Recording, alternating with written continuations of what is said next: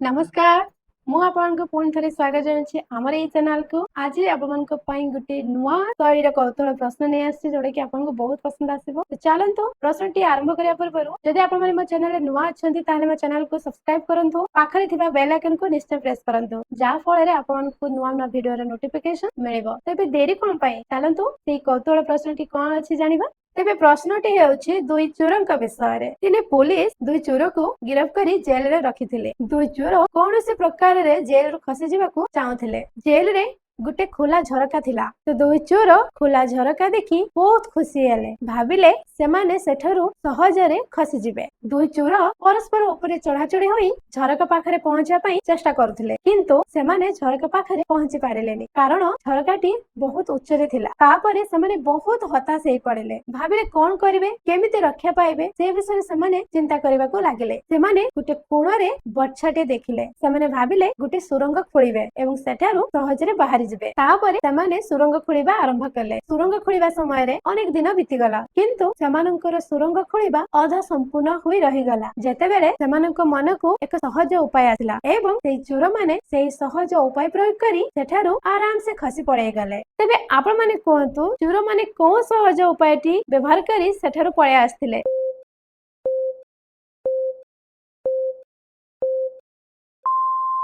तेबे यार उत्तर हेउची चोर माने जो सुरंग खोलुथिले सेथिरे जो माटी बाहरी थिला सेई माटी को से माने बोहे आनी झरका तळे रखिले जहा फଳରେ माटीटी उच्चा हे गला एवं समाने माटी ऊपर को चढ़ी जाई झरका दे फेरार हे गले। तेबे केमति लागिला आज रे कौतूहल प्रश्नटी आप माने मते निश्चय जणांतु।